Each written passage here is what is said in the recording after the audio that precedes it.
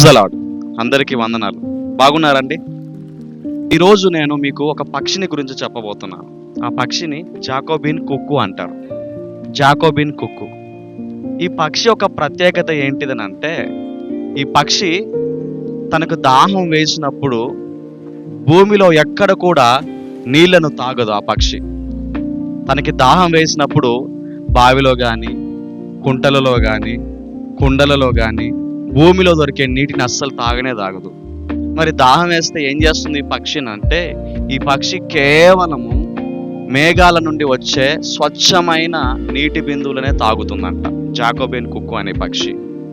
భూమిలో మనకి తెలుసు అనేక రకాలుగా మరి నీటి వనరులు ఉంటాయి, నీళ్లు ఉంటాయి, అనేక చోట్ల నదులలో ఉంటాయి, బావులలో ఉంటాయి, సముద్రంలో ఉంటాయి. కానీ ఈ పక్షి మాత్రం ఎక్కడ నీళ్లు తాగదంట.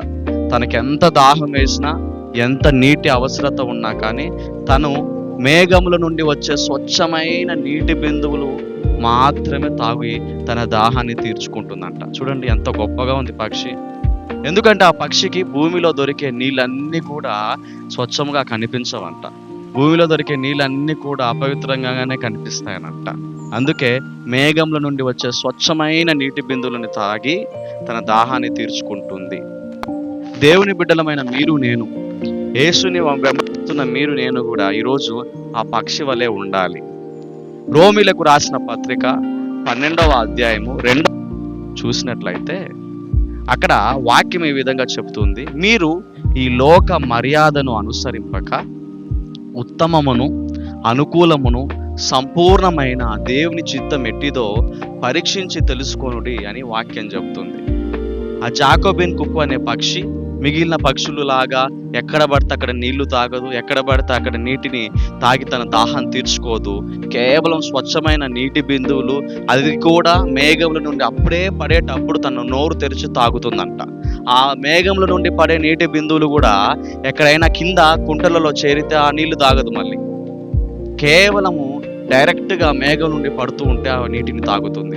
మనము కూడా రోమీలు 12:2 ప్రకారముగా ఈ లోక మర్యాదను అనుసరింపక మనము కూడా ప్రత్యేకంగా ఉండాలని దేవుడు చెప్తున్నాడు. అందరిలా నేను ఉంటాను, నలుగురు చేసేది నేను కూడా చేస్తాను, నలుగురితో పాటు నేను అని మనం అనుకుంటుంటాం. మంచి వాటిలలో నలుగురితో పాటు ఉండడం తప్పులేదు, కానీ కొన్ని విషయాలలో కొంతమంది చూడండి దేవుడికి వ్యతిరేకంగా తయారవుతుంటారు, కొంతమంది దేవుడికి చిత్తం లేని పనులు చేస్తుంటారు. కాబట్టి నలుగురిలో నేను అన్నట్టు మనం ఉండడం మంచిది కాదు. కొన్నిసార్లు నువ్వు ప్రత్యేకంగా ఉండాల్సి వస్తుంది, కొన్నిసార్లు ఇండివిజువల్గా ఉండాల్సి వస్తుంది. ప్రత్యేకంగా ఇండివిజువల్గా ఉన్నప్పుడే మన విలువ అనేది పెరుగుతుంది. జాకోబిన్ కుక్కు అనే పక్షి తను ప్రత్యేకంగా ఇండివిజువల్గా ఉన్నందువలన ఈరోజు ఆ పక్షిని గురించి మనం చెప్పుకుంటున్నాం. ఉత్తమమైనది, అనుకూలమైనది, సంపూర్ణమైనది అయిన దేవుని చిత్తాన్ని తెలుసుకొని మన జీవితాన్ని కొనసాగించుదాం. దేవుడి చిత్తం ఏదో అని తెలుసుకొని మనం ముందుకెళ్తే మన జీవితం నిజంగా ఆశీర్వాదకరంగా ఉంటుంది. చాలామంది దేవుడి చిత్తమైన మార్గంలో నడవకుండా వాళ్ళ జీవితాన్ని పాడు చేసుకుంటూ దేవునికి దూరం అయిపోతున్నారు, అనేకమైన కష్టాలు పడుతున్నారు. కాబట్టి ఈరోజు మార్నింగ్ మన్నా వీక్షిస్తున్న మీరందరూ కూడా దేవుని చిత్తం ఏదో తెలుసుకోండి, దేవుని దీవెనలు పొందండి. మనందరం ప్రార్థన చేద్దాం.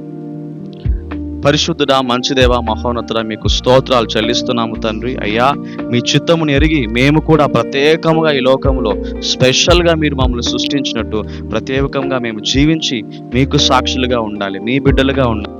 అట్టి కృపను దయచేయమని ప్రార్థన చేస్తున్నాము. ఉత్తమమైన అనుకూలమైన మీ చిత్తాన్ని ఎరిగి మీ చిత్తమైన మార్గంలో నడుచుటకు మాకు సహాయం చేయమని ప్రార్థన చేస్తున్నాం. మీకే మహిమ, మీకే ఘనత, మీకే ప్రభావములు చెల్లిస్తూ యేసుక్రీస్తు నామములో ప్రార్థిస్తూ అడిగి వేడుకుంటున్నాము తండ్రి. ఆమేన్, ఆమేన్.